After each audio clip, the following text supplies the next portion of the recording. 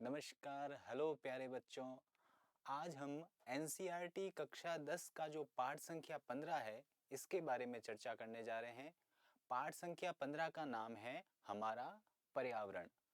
बच्चों, कक्षा 10 की जो बोर्ड की एग्जाम होने वाले हैं, उसमें यह पाठ 4 अंक का है और 4 अंक के इस पाठ में कुल 3 प्रश्न इस बार आने की संभावना है। जैसा कि माध्यमिक शिक्षा बोर्ड ने जो ब्लूप्रिंट प्रस्तुत किया है, उसमें इस हिसाब से 3 प्रश्न आने की संभावनाएं हैं। अब इन 3 प्रश्नों में से एक आएगा ऑब्जेक्टिव प्रश्न, एक आएगा अति लघुरात्मक प्रश्न और एक 2 नंबर का छोटा प्रश्न आएगा। यानी कुल मिलाकर के इस पाठ में से 3 प्रश्न बच्चों आने की संभावना है। अब हम पाठ को शुरू करते हैं। इस पाठ में से मैंने वे सारे महत्वपूर्ण प्रश्न निकाले हैं जो इस पाठ के दृष्टिकोण से छोटे-छोटे रूप में बट सकते हैं। जो महत्वपूर्ण प्रश्न होंगे उसके बारे में मैं बताऊंगा कि इनको आप विशेष रूप से देख करके जाइएगा। चलिए बात करते हैं पहले प्रश्न की, जिसका नाम है पारितंत्र क्या है। पारितंत्र क्या है? अंग्रेजी में कहते हैं इकोसिस्टम। बच्चों, पारितंत्र को जानने से पहले आपको इन दो चीजों के बारे में जानना होगा, एक जैविक घटक और दूसरा अजैविक घटक। जैविक घटक से तात्पर्य अगर छोटी छोटी बात के अगर एकदम सरल शब्दों में समझाया जाए तो जैविक घटक को सजीव कहा जाता है और अजैविक घटक जो है उसमें वर्षा, मृदा, खनिज ऐसे निर्जीव घटक आया करते हैं। तो बच्चों, पारितंत्र की परिभाषा पूछे आपको तो क्या बताना है? जैविक घटक और अजैविक घटक ये दोनों आपस में एक दूसरे से संबंधित होते हैं। तो एक दूसरे से संबंधित होने के कारण इन दोनों के संबंधों से बनने वाला जो तंत्र होता है उसे पारितंत्र के नाम से जाना जाता है। यानी हम वर्षा के जल पर निर्भर है, हम जो है वो मृदा पर निर्भर है, हम खनिज तत्वों पर निर्भर है। तो हम तो हो गए सजीव और ये सारे क्या हो गए? निर्जीव। तो इनके आपसी संबंधों से पारितंत्र का जो निर्माण होता है, इससे पृथ्वी पर क्या बना रहता है? संतुलन बना रहता है। तो पारितंत्र का महत्व क्या हो गया कि इससे पृथ्वी पर जो है वो संतुलन बना रहता है। अब हम दूसरे प्रश्न के बारे में बात करते हैं। एक होता है प्राकृतिक पारितंत्र और दूसरा होता है कृत्रिम पारितंत्र। तो इनके उदाहरण के बारे में पूछा गया है कि इनके उदाहरण दीजिए। तो बहुत सिंपल सा उदाहरण है, ये जो वन है ये प्रकृति की देन है, ये तालाब है ये प्रकृति की देन है, ये जो झीलें हैं ये प्रकृति की देन है। इसलिए ये सारे किसके उदाहरण हो गए? प्राकृतिक पारितंत्र के। लेकिन जो बगीचा है, जो खेत है, वो मनुष्य ने बनाए हैं, इसलिए ये प्राकृतिक पारितंत्र के उदाहरण नहीं हुए। ये किसके उदाहरण हो गए? कृत्रिम पारितंत्र के। तो आपको ये दोनों उदाहरण याद रखने हैं, प्राकृतिक पारितंत्र के और कृत्रिम पारितंत्र के। हम रिवीजन क्लासेस चला रहे हैं, तो रिवीजन क्लासेस के अंदर आप फटाफट जो है इन सारे सवालों को याद कर सकते हैं। एक पारितंत्र में जैविक घटक कितने भागों में बटा होता है? प्रश्न संख्या 3 में लिखा गया है कि पारितंत्र में जैविक घटक कितने भागों में। हमने ऊपर चर्चा की पारितंत्र जैविक घटक और अजैविक घटक से मिलकर बना होता है। अब जैविक घटक जो है वो 3 भागों में बटा होता है, उत्पादक, उपभोक्ता, अपघटक। तो ये 3 नाम याद रखने हैं आपको। जैविक घटक 3 भागों में बटा होता है, उत्पादक, उपभोक्ता, अपघटक। ठीक है, अब ये होते क्या, इसके बारे में अपन आगे के सवालों में चर्चा करते हैं। प्रश्न संख्या 4 हमारा यही है, उत्पादक किसे कहते हैं? बच्चों, उत्पादक किसे कहते हैं ध्यान रखना। उत्पादक का मतलब है कि वे सारे जीव जंतु जो अपना भोजन स्वयं बनाते हैं। तो ऐसे जीव जंतु तो कोई है नहीं। मेन चीज हमारे पृथ्वी पर पेड़ पौधे ही हैं जो अपना भोजन स्वयं बनाते हैं। और आप सबको छोटी क्लासों में आपने पढ़ रखा है कि पेड़ पौधे प्रकाश संश्लेषण की क्रिया के द्वारा अपना भोजन स्वयं बनाते हैं। तो याद रखिएगा, वे जीव जो स्वयं प्रकाश संश्लेषण की क्रिया से भोजन का निर्माण करते हैं उन्हें उत्पादक कहते हैं। और अभी मैंने आपको बताया कि जो पेड़ पौधे होते हैं, नीलहरित शैवाल होते हैं, ये किसके उदाहरण होते हैं? उत्पादक के उदाहरण होते हैं। अगला प्रश्न है 5वां, उपभोक्ता किसे कहते हैं? तो याद रखना, पारितंत्र में जैविक घटक 3 भागों में बटा है, उत्पादक, उपभोक्ता, अपघटक। उत्पादक कौन होते हैं? जो अपना भोजन स्वयं बनाते हैं। अब भोजन बनाने के बाद उस भोजन को खाने वाले जो जीव होते हैं, जो जो उस भोजन को, उन पेड़ पौधों का भक्षण करते हैं, उन्हें उपभोक्ता कहते हैं। तो उपभोक्ता की परिभाषा देखिए, एक पारितंत्र में उत्पादक पर निर्भर रहने वाले जीव उपभोक्ता कहलाते हैं। यानी ये सब किस पर निर्भर रहते हैं? उत्पादक पर। ये शाकाहारी, मांसाहारी और सर्वाहारी होते हैं। छोटी क्लासों में आपने पढ़ रखा है, शाकाहारी, मांसाहारी और सर्वाहारी। ये तीन भाग किसके होते हैं? उपभोक्ता के होते हैं। तो उपभोक्ता में शाकाहारी जंतु आ जाएंगे, मांसाहारी जंतु भी आ जाएंगे और सर्वाहारी भी आ जाएंगे। शाकाहारी क्या करेंगे?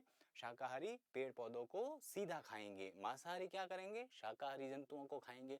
इस प्रकार सबसे पहले पेड़ पौधों का बारी आई, पेड़ पौधे उत्पादक के रूप में आए, फिर शाकाहारी आए, फिर मांसाहारी आए, ठीक है, इस प्रकार से। और सर्वाहारी क्या होते हैं? जो शाकाहारी भी होते हैं और मांसाहारी भी होते हैं। तो यहाँ देखिए, एक मैंने श्रृंखला बताई है आपको। चूहा जो है वो प्राथमिक उपभोक्ता है, सांप जो है वो द्वितीयक उपभोक्ता है और मोर जो है वो तृतीयक उपभोक्ता है। किस प्रकार से? क्योंकि चूहे ने घास खाई, घास उत्पादक हो गया। चूहे ने घास खाई, घास क्या हो गया? उत्पादक हो गया। सांप सांप और सांप ने चूहे को खाया तो सांप क्या हो गया? सांप द्वितीयक उपभोक्ता हो गया। ये प्राथमिक उपभोक्ता, ये द्वितीयक उपभोक्ता। और सांप को किसने खाया? मोर ने खाया, तो मोर कैसा उपभोक्ता हो गया? तृतीयक उपभोक्ता। इस प्रकार उपभोक्ताओं को हम बांट सकते हैं। तो इसमें मुझे चौथा सवाल सबसे महत्वपूर्ण लगता है। हालांकि याद आप सब रख के जाइएगा, ये एक बेसिक क्लास है, रिवीजन क्लास है, तो इसमें आप फटाफट सारे बिंदुओं को जो है वो पाठ के सारे बिंदुओं को फटाफट देख सकते हैं। चलिए अब हम नेक्स्ट स्लाइड की तरफ चलते हैं। हमारा जो छठा सवाल है ये भी बहुत महत्वपूर्ण है। अपघटक या अपमार्जक क्या होते हैं? तो याद रखिएगा, इसको अंग्रेजी में कहते हैं स्कैवेंजर्स, ठीक है। तो याद रखिएगा, अपघटक या अपमार्जक किसको कहते हैं? तो उत्पादक ने भोजन बनाया, उपभोक्ता ने उस भोजन को खाया। लेकिन इसके अलावा कुछ ऐसे जीव भी होते हैं जो उपभोक्ताओं के मरने के बाद में सड़े हुए जीव जंतुओं को क्या करते हैं? गलाने का काम करते हैं और साथ में भक्षण करने का काम करते हैं। जैसे कोई गाय मरी हुई है तो उस मरी हुई गाय पर छोटे छोटे जीवाणु, कवक, विषाणु आदि आकर के उस बॉडी को गलाने का क्या करते हैं? काम करते हैं। तो वो सारे अपघटक या अपमार्जक कहलाते हैं। तो जीवाणु हुए, कवक हुए या जो छोटे छोटे सूक्ष्म जीव होते हैं जो क्या करते हैं? मृत जो शाकाहारी होते हैं और मृत जो मांसाहारी होते हैं, शेर मर गया या गाय मर गई, तो उनके जीवों का भक्षण कर जटिल कार्बनिक पदार्थों को सरल अकार्बनिक पदार्थ, ये बहुत बढ़िया सवाल है, ध्यान रखना, इस परिभाषा को याद रखना। जटिल का मतलब एक शरीर जो है वो जटिल कार्बनिक पदार्थों से बना है और जीवाणु उसको किस में बदल देते हैं? अकार्बनिक पदार्थों में बदल देते हैं। तो ऐसे जो पदार्थ को बदलने वाले जो जंतु होते हैं, जीव होते हैं, उन्हें अपमार्जक कहा जाता है। तो आप स्टार करना, ये सवाल महत्वपूर्ण है। उसके बाद अगला सवाल भी बहुत अच्छा है। पारितंत्र का प्रथम पोषी स्तर कौन सा होता है? तो अभी हमने बात की थी पोषी स्तरों के बारे में। सबसे पहले उत्पादक आते हैं, फिर उपभोक्ता आते हैं और फिर अपघटक आते हैं। तो उत्पादक का नंबर सबसे पहले आया, इसलिए इसको पहला पोषी स्तर कहा जाता है। ये भी वेरी वेरी इंपॉर्टेंट सवाल है, छोटे सवाल के रूप में ये पूछा जा सकता है। हालांकि सारे सवाल महत्वपूर्ण हैं, आपको तो सारे याद रखने ही हैं। सौर ऊर्जा का स्थिरीकरण किस स्तर से शुरू होता है? तो याद रखना, सौर ऊर्जा का मतलब सूर्य की ऊर्जा। सूर्य की ऊर्जा को ग्रहण करता सबसे पहले कौन है? अब आप खुद समझ गए होंगे, पेड़ पौधे सबसे पहले सूर्य की ऊर्जा को ग्रहण करते हैं और भोजन बनाते हैं। कौन सी क्रिया से भोजन बनाते हैं? प्रकाश संश्लेषण की क्रिया से भोजन बनाते हैं। तो याद रखना, ये पेड़ पौधे जिनको हम उत्पादक कहते हैं, इनको हम कैसा पोषी स्तर कहेंगे? अभी इसमें आया है प्रथम पोषी स्तर या स्वपोषी। तो स्वपोषी, उत्पादक या प्रथम पोषी स्तर, ये सौर ऊर्जा का क्या करते हैं?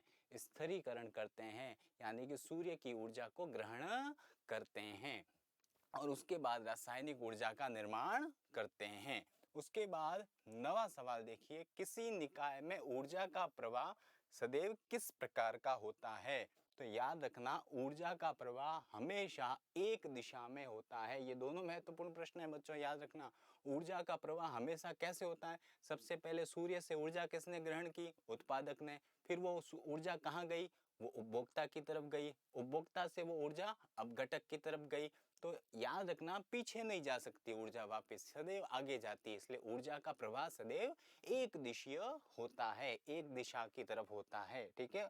और आपको पूछे किसके किसी तरफ, तो उत्पादक से उपभोक्ता की तरफ होता है। तो बच्चों ये सारे महत्वपूर्ण प्रश्न हैं, आप याद रखना, इनके आने के पूरे पूरे चांसेस हैं बोर्ड की परीक्षा में। उसके बाद में हम 10वां सवाल पढ़ते हैं। रिक्त स्थान की पूर्ति के सवाल मैंने बनाए हैं, लेकिन ब्लू प्रिंट के अंदर रिक्त स्थान से संबंधित किसी प्रकार का कोई उल्लेख नहीं है, लेकिन फिर भी शायद आ सकते हैं। इस प्रकार हम जो है वो रिक्त स्थानों से संबंधित भी बात करें तो सौर ऊर्जा को रासायनिक ऊर्जा में कौन बदलते हैं? मैंने अभी आपको थोड़ी देर पहले समझाया था, सौर ऊर्जा यानी सूर्य की ऊर्जा, और उसको ग्रहण किसने किया? उत्पादक यानी कि पेड़ पौधों ने, और उसे रासायनिक ऊर्जा में बदला। तो इसलिए पहले का उत्तर क्या हो जाएगा? उत्पादक। आप उत्पादक को क्या कह सकते हैं? पेड़ पौधे। तो पेड़ पौधे या उत्पादक क्या करते हैं? सौर ऊर्जा को रासायनिक ऊर्जा में बदलते हैं। तो ये पहले प्रश्न का उत्तर हो गया। उसके बाद में दूसरा, एक स्थलीय पारितंत्र में खाए हुए भोजन की मात्रा का कितना प्रतिशत जैव मात्रा में बदलता है? ये बहुत बढ़िया सवाल है, याद रखना। यानी कि पेड़ पौधों ने सूर्य से जो ऊर्जा ग्रहण की है, वह ऊर्जा आगे जीव जंतु जब ग्रहण करेंगे तो जीव जंतु सारी की सारी ऊर्जा ग्रहण नहीं करते हैं। कुछ ऊर्जा का ह्रास होता है, अर्थात कुछ ऊर्जा जो है वो वातावरण में वापस जाती है और कुछ ऊर्जा जीव जंतु खाते हैं। यानी कि जैसे चूहे ने घास को खाया तो घास के द्वारा जो सूर्य से ऊर्जा ली गई थी वो सारी ऊर्जा चूहे में नहीं जाती है बच्चों। यानी कि चूहे की कुछ ऊर्जा जो है वो याद रखना, चूहे ने कुछ ऊर्जा पेड़ पौधों से ली है, लेकिन कुछ ऊर्जा वह ग्रहण नहीं कर पाया है। तो कितनी ऊर्जा, कितने प्रतिशत ऊर्जा उसने ली है पेड़ पौधों से? तो याद रखना 10% ली है। इसी प्रकार उस चूहे को जो बिल्ली खाएगी तो बिल्ली उस चूहे की सारी ऊर्जा को नहीं ले पाएगी, बल्कि उसका केवल 10% ले पाएगी। तो याद रखना 10 का 10% ले पाएगी। तो इस प्रकार से यहाँ उत्तर क्या हो जाएगा? 10% हो जाएगा। यानी कि ऊर्जा का 10% आगे से आगे जाता है, उसको दशांश नियम के नाम से जाना जाता है। तो ये उत्तर हो गया 10%। अब कौन से पोषी स्तर में जीवों की संख्या सबसे ज्यादा होती है? तो आप खुद बताओ, पृथ्वी पर सबसे ज्यादा क्या है?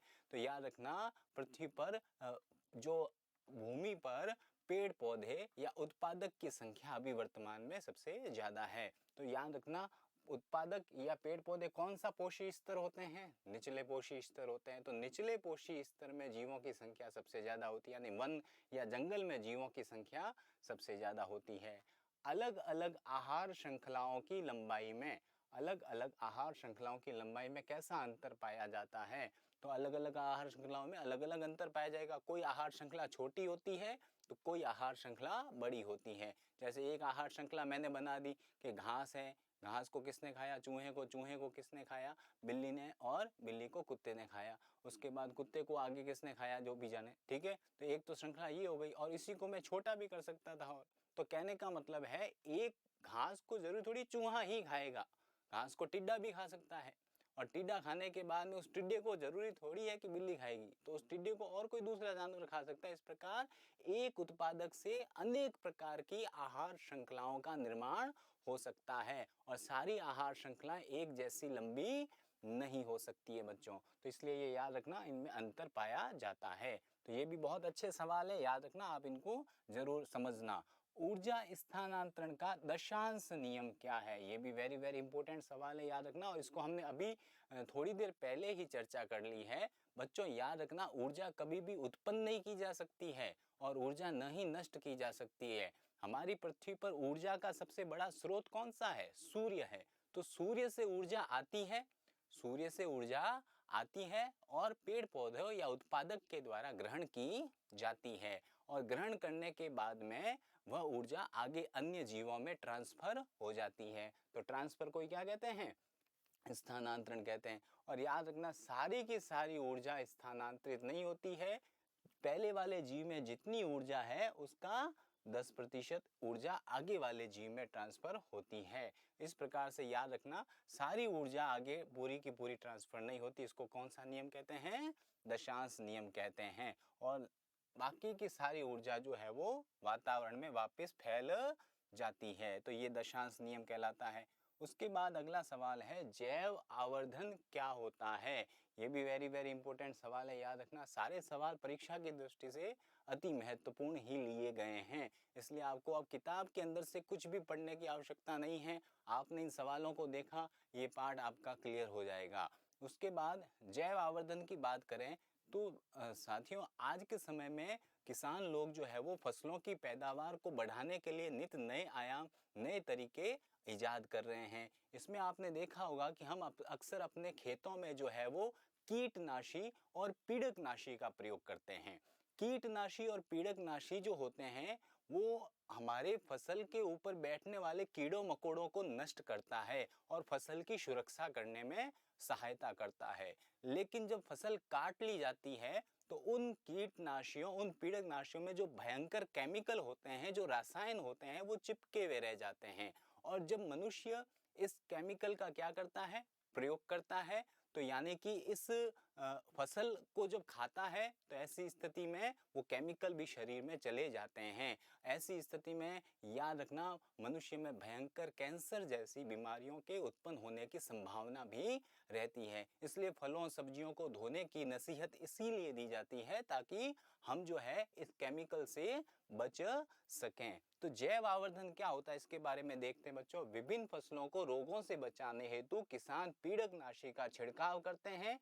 इनमें उपस्थित रसायन बहकर मिट्टी तथा जल स्रोतों में चले जाते हैं। पौधों द्वारा इनका अवशोषण हो जाता है और जंतुओं के शरीर में ये प्रवेश कर जाते हैं और फिर मनुष्य के शरीर में भी ये जमा हो जाते हैं। इसी प्रक्रिया को जैव आवर्धन कहते हैं। यानी कि फसलों पर जो केमिकल लगा है वो पानी से या फलों से किसी भी प्रकार से जो है वो मनुष्य के शरीर तक पहुंचने की जो प्रक्रिया है उसे जैव आवर्धन कहा जाता है। तो जैव आवर्धन एक अच्छी घटना है या बुरी घटना है?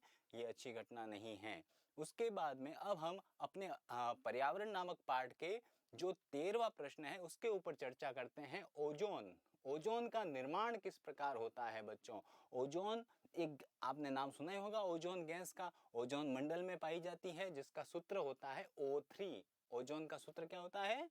O3। अब ये बनती कैसे इसके बारे में बात करते हैं। तो याद रखना, एक सूर्य से निकलने वाली किरणें होती है जिनका नाम क्या है? पराबैंगनी किरणें। और याद रखना, हमारे वायुमंडल में ऑक्सीजन के क्या पाए जाते हैं? परमाणु पाए जाते हैं और ऑक्सीजन के अणु पाए जाते हैं। तो ऑक्सीजन के परमाणु बनते कैसे हैं? ध्यान रखना, ऑक्सीजन का जो अणु होता है वही ऑक्सीजन के परमाणु में टूट जाता है। फिर यही परमाणु जो है वापस ऑक्सीजन के साथ जुड़ जाता है और इस प्रकार ओजोन का निर्माण होता है। यानी ऑक्सीजन का एक अणु और एक परमाणु, ये दोनों मिलते हैं तब ओजोन का निर्माण होता है। तो बच्चों याद रखना, ओजोन का निर्माण कैसे होता है? पराबैंगनी किरणों की सहायता से ऑक्सीजन के परमाणु, ऑक्सीजन के अणु आपस में क्रिया करते हैं। एक परमाणु ये है, अणु ये है, ये आपस में क्रिया करेंगे और क्रिया करके O3 बना देते हैं। अब हम बात करते हैं 14वें प्रश्न की। जो 14th सवाल है उसमें बताया गया कि ओजोन का एक लाभ बताओ और एक हानि बताओ। तो ओजोन का लाभ आप सबने छोटी क्लासों में पढ़ रखा है। यह सूर्य से आने वाली पराबैंगनी किरणों से हमारी पृथ्वी की सुरक्षा करता है। तो ये बहुत बड़ी बात है, याद रखना। सूर्य से आने वाली जो भयंकर हानिकारक किरणें होती है, पराबैंगनी किरणें, उनसे हमारी रक्षा करता है जिससे हमें कैंसर नहीं होता है। क्योंकि ये पराबैंगनी किरणें त्वचा का क्या उत्पन्न करती है? घातक कैंसर उत्पन्न करती है। लेकिन ओजोन की हानि ये है कि बढ़िया है कि ओजोन हमारे वायुमंडल में बहुत ऊपर है। क्यों? क्योंकि ओजोन एक अच्छी गैस नहीं है, ओजोन एक घातक विषैली गैस है। इसलिए अगर वो नीचे आई तो हमारे स्वास्थ्य के लिए ये हानिकारक सिद्ध हो सकती है। तो ओजोन का लाभ और हानि आप समझ गए। अब अगला 15वां सवाल देखिए। वायुमंडल में ओजोन की तीव्रता में गिरावट क्यों आ रही है?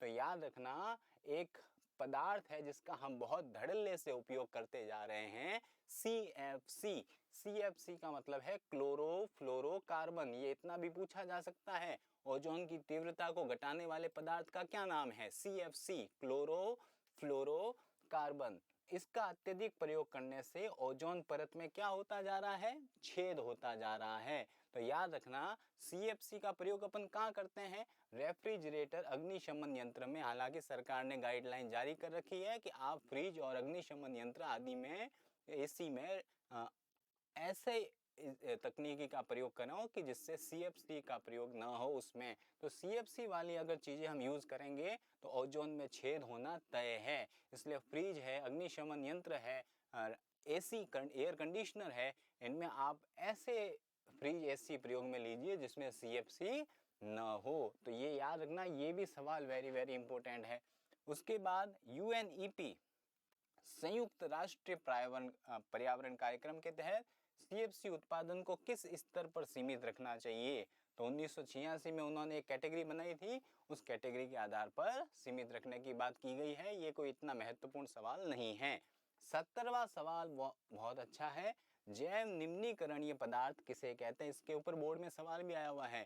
साथियों, जो कचरा होता है, जो अपशिष्ट पदार्थ होता है, उसे हम दो भागों में बांटते हैं, एक जैव निम्नीकरणीय और एक अजैव निम्नीकरणीय। तो जैव निम्नीकरणीय और अजैव निम्नीकरणीय में क्या अंतर होता है। तो जैव निम्नीकरणीय जो कचरे होते हैं, अगर आप उसको सड़क पर फेंक दोगे या कहीं मैदान में फेंक दोगे तो कुछ समय बाद वो सड़ कर गल कर अपने आप नष्ट हो जाएंगे और खत्म हो जाएंगे। जीवाणु विषाणु उस पर बैठ करके उसको पूरी तरह से सड़ा देंगे। तो ये कैसा हो गया बताओ, जैव निम्नीकरणीय पदार्थ। तो वह पदार्थ जो जैविक प्रक्रम द्वारा यानी कि जीवाणुओं द्वारा, यदि जीवाणुओं द्वारा अपघटित हो जाता है, अर्थात लंबे समय तक पर्यावरण में नहीं टिका हुआ रहता है, तो उसे जैव निम्नीकरणीय पदार्थ कहते हैं। ये जो पदार्थ होते हैं बच्चों, ये हमारे पर्यावरण के लिए लाभदायक होते हैं। ये पर्यावरण में कोई बीमारी पैदा नहीं करते हैं। जैसे सब्जियों के छिलके हैं, फलों सड़े हुए फल हैं, केक हैं, ये सब जैव निम्नीकरणीय पदार्थ कहलाते हैं। उसके बाद अब हम 5वां स्लाइड की तरफ आते हैं। 18वां सवाल हमारे सामने है, अजैव निम्नीकरणीय पदार्थ किसे कहते हैं। वह पदार्थ जो जैविक प्रक्रम द्वारा अपघटित नहीं होते हैं, यानी कि जीवाणु विषाणु उस पर बैठ भी जाए कचरे पर, फिर भी वो कचरा सड़ेगा नहीं, वो गलेगा नहीं, ऐसा कचरा क्या कहलाएगा, अजैव निम्नीकरणीय। जैसे मैंने प्लास्टिक की थैली फेंक दी मैदान में और प्लास्टिक की थैली को मैदान में गाड़ दिया, तो 5 साल बाद भी आऊंगा तो मुझे वो थैली वैसे ही प्राप्त होगी। अर्थात ये कचरा न गल पाया न सड़ पाया, विषाणु जीवाणु जैव प्रक्रम उसे प्रभावित नहीं कर पाए, तो इसलिए ये कैसा कचरा कहलाया, अजैव निम्नीकरणीय पदार्थ कहलाए। ऐसे पदार्थ स्वास्थ्य की दृष्टि से, पर्यावरण की दृष्टि से लाभकारी नहीं माने जाते हैं। जैसे कि प्लास्टिक की थैलियां, कांच के बर्तन, ये सारे अजैव निम्नीकरणीय पदार्थ है। तो ये सवाल बोर्ड में आया हुआ है बच्चों, इसलिए छोटे छोटे सवाल, मैंने अभी आपको बताया कि 4 अंक के सवाल आने हैं, तो इसलिए आपको ये सारे याद रखने हैं। 19वां सत्य असत्य कथन है, लेकिन आप उसको ऐसे मत समझना कि सत्य असत्य जैसा ही सवाल याद करें। इसके अंदर क्या कहा गया उसे समझना है कि ये सत्य है या नहीं है। कचरे का निपटान एक गंभीर पर्यावरण की समस्या है। बिल्कुल, आज के समय में कचरा कितना होता जा रहा है, दिमाग में भी कचरा भरते जा रहे हैं अपन और पर्यावरण में भी कचरा भरते जा रहे हैं। तो कचरे से निपटना हमारे लिए आज के समय में एक बहुत बड़ी क्या बन गई है, चुनौती बन गई है। पारितंत्र के, तो ये बिल्कुल सही कथन है, इसलिए हमने टी लिख दिया यहाँ पे। पारितंत्र के विभिन्न घटक एक दूसरे से स्वतंत्र है, ये गलत है। पारितंत्र में कौन कौन से घटक होते हैं, उत्पादक, उपभोक्ता, अपघटक, ये सारे घटक एक दूसरे से संबंधित होते हैं। यानी हम पौधों पर निर्भर हैं, पौधे हम पर निर्भर हैं, तो एक दूसरे से स्वतंत्र कैसे हुए, ये तो एक दूसरे पर निर्भर हो गए। तो इसलिए ये कथन तो गलत है। तो ये क्या हो गया, एफ हो गया, फॉल्स, गलत। बाजार जाते समय कपड़े के थैले में सामान खरीदना एक पर्यावरण मित्र के लक्षण है, बिल्कुल सही है। कपड़े के थैले में प्लास्टिक की थैलियों का प्रयोग नहीं करना चाहिए, तो ये सही हो गया। हमारे द्वारा उत्पादित कचरा सदैव अजैव निम्नीकरणीय होता है, सदैव नहीं होता है। हाँ, अजैव निम्नीकरणीय करते हैं, लेकिन अभी हमने बात की थी जैव निम्नीकरणीय में कौन से आते हैं, सब्जी के छिलके, फल जो सड़े हुए हैं, केक है, ये सारा जो आता है। तो ये भी तो कचरा हम फैलाते हैं, तो इसलिए गलत हो गया, यहाँ आ जाएगा टी, यानी कि सही है। ठीक है, उसके बाद में अब हम अंतिम पड़ाव की तरफ आते हैं। 20वां और 21वां प्रश्न की चर्चा करते हैं। 20वां प्रश्न बच्चों आपके सामने मैंने रखा है, ये एक अबसद वाला सवाल है। इसमें आपको दो अवसद वाले यानी कि बहुविकल्पात्मक सवाल मैंने प्रस्तुत किए हैं, इनके उत्तर ढूंढिए। निम्नलिखित में से कौन सी एक आहार श्रृंखला है? तो आहार श्रृंखला में पेड़ को हिरण ने खाया, हिरण को शेर खा गया। ये देखो, ये छोटी श्रृंखला होगी। अब ये देखो, ये लंबी श्रृंखला, बहुत लंबी श्रृंखला है। घास को टिड्डे ने खाया, टिड्डे को मेंढक ने खाया, मेंढक को सांप ने खाया, सांप को बाज ने खाया। तीसरी देखो, शैवाल को कीट ने खाया, कीट को मछली ने खाया, मछली को सारस खा गया। तो इस प्रकार से ये तीन श्रृंखलाएं दिख रही है। क्या तीनों की लंबाई एक जैसी दिखी कि आपको? नहीं, ये सबसे छोटी है, ये सबसे लंबी है, ये बीच की है। तो हर एक लंबाई में अंतर पाया जाता है। तो इसका उत्तर हो गया द। आपको यदि ऐसे पूछे कि आहार श्रृंखला के उदाहरण लिखिए तो आप ये तीनों लिख सकते हैं, ठीक है। और दूसरा देखो, शाखा निवृत्त। अब आप इसको अवच्छेद के रूप में मत याद रखना। शाखा निवृत्त आहार श्रृंखलाओं का जाल क्या कहलाता है? तो वो कहलाता है खाद्य जाल। तो आपको ऐसे सवाल पूछ ले कि खाद्य जाल किसे कहते हैं, तो खाद्य जाल का मतलब है बहुत सारी आहार श्रृंखलाएं जब मिल जाती है, यानी पेड़ को हिरण ने खाया, पेड़ को टिड्डे ने भी खाया, पेड़ को कीट ने भी खाया। अब याद रखना, टिड्डे को मेंढक ने खाया, ठीक है, टिड्डे को और भी कोई खा सकता था। तो इस प्रकार से ये सारी श्रृंखलाएं अगर मिल जाएं आपस में तो ऐसी प्रक्रिया क्या कहलाती है? खाद्य जाल कहलाती है। और अंतिम सवाल है, ऊर्जा प्रवाह का एक चित्र बनाइए, आरेख चित्र बनाइए। तो ऊर्जा प्रवाह का आरेख चित्र में सबसे पहले देखो, सूर्य का प्रकाश, सूर्य के प्रकाश को किसने ग्रहण किया? उत्पादक ने। उत्पादक का मतलब क्या? पेड़ पौधों को किसने खाया? शाकाहारी जंतुओं ने, जैसे कि हिरण, टिड्डा, कीट। और इसको फिर किसने खाया? मांसाहारी ने, जैसे कि शेर ने खाया। और फिर उसके बाद जीवाणु इसका क्या कर देंगे? अपघटन कर देंगे, जिसको अपघटक या अपमार्जक कहते हैं। तो यदि अपन एक खाद्य श्रृंखला में ऊर्जा प्रवाह का आरेख बनाए तो ऊर्जा कहां से कहां की तरफ जाएगी? सबसे पहले सूर्य से उत्पादक, उत्पादक से शाकाहारी मांसाहारी, और शाकाहारी मांसाहारी को अपन क्या कहते हैं बताओ? उपभोक्ता कहते हैं। क्या कहते हैं? उपभोक्ता। शाकाहारी कैसे उपभोक्ता हो जाएंगे? प्राथमिक उपभोक्ता। मांसाहारी कैसे हो जाएंगे? द्वितीयक उपभोक्ता या तृतीयक उपभोक्ता हो जाएंगे। तो यानी कहने का मतलब है, उत्पादक से उपभोक्ता, उपभोक्ता से अपघटक, ऐसे ऊर्जा बढ़ती है। इसलिए ऊर्जा प्रवाह का ऐसा आरेख चित्र आपको बनाना पड़ेगा। इस प्रकार आज का जो हमारा 15वां पाठ था, हमारा पर्यावरण, बच्चों हमने इसके 21 सवालों से बहुविकल्पात्मक, अति लघुत्रात्मक सारे प्रश्नों की चर्चा की है। आप परीक्षा से पहले फटाफट इन सारे सवालों को देख कर जाना और आराम से तनाव रहित रह करके सारे उत्तर लिख करके लाना। तो यानी कहने का मतलब है, बहुत सरल से पाठ हैं, हमें इसे बार बार देखकर अभ्यास करना है। आगे की कक्षा में इसी प्रकार से हम नए नए पाठों के बारे में चर्चा करते रहेंगे। तो इसी के साथ मुझे आज्ञा दीजिए। धन्यवाद।